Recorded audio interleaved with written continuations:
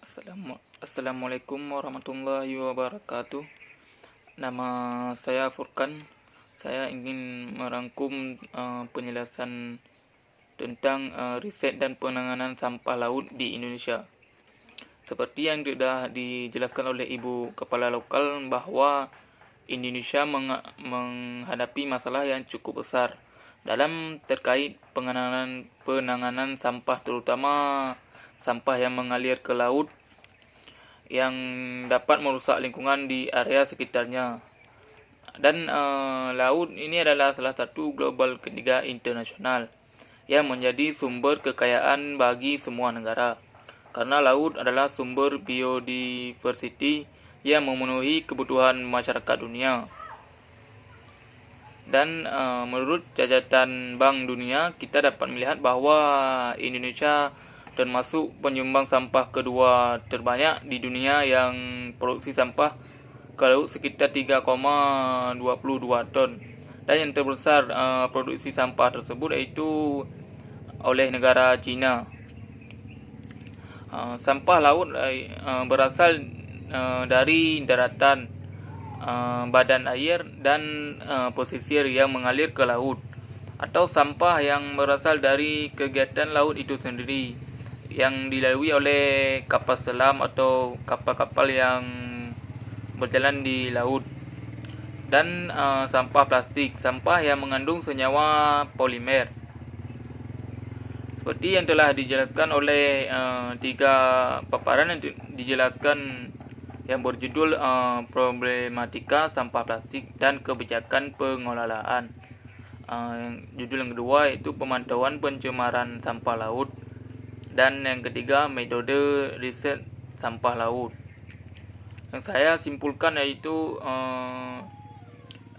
adapun tantangan utama bagi pengelolaan sampah tersebut yaitu biasanya keterbatasan pembiayaan APBD dan performa daerah, dan keterbatasan lahan yang ditentukan, kapasitas operasional, dan yang terakhir yaitu permasalahan di wilayah kepulauan tersebut.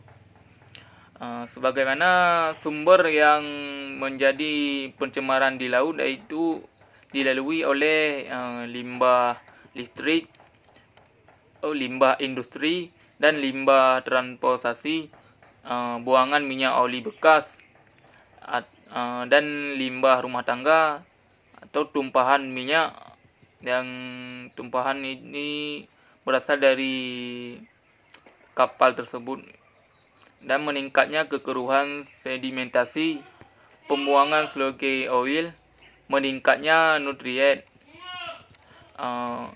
Dampak bagi pencemaran sampah di laut yang mempengaruhi yaitu dampak ekologis.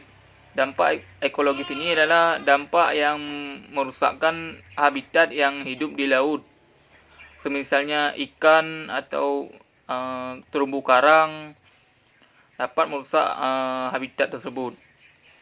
Dan yang kedua, dampak ekonomi. Contohnya menurunnya tingkat kunjungan turis dan menurunnya tingkat tangkapan ikan oleh nelayan, dan menurunnya volume ekspor yang diminta oleh satu negara tersebut. Dampak kesehatan dan estetika, contohnya yaitu penyebaran penyakit, masuknya bahan plastik ke rantai makanan, dan pemandangan di laut yang rusak diakibatkan oleh plastik-plastik atau sampah lain. Saran dan gagasan dari saya sedikit, bagi kita mahasiswa wajib mengurangi sampah yang mengakibatkan kerusakan di lingkungan kita tersebut.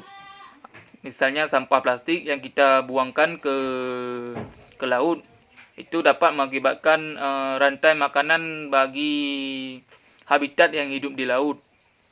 Bisa mengakibatkan lingkungan tercemar dengan efek-efek yang dilalui oleh sampah-sampah tersebut. Misalnya oli itu sangat berminyak dan mengakibatkan hidup habitat pun tidak tenang. Bagi mahasiswa wajib untuk membersihi lingkungan sekitar, apalagi di sekitar laut yang mengakibatkan pencemaran. Sekian dari saya. Assalamualaikum warahmatullahi wabarakatuh.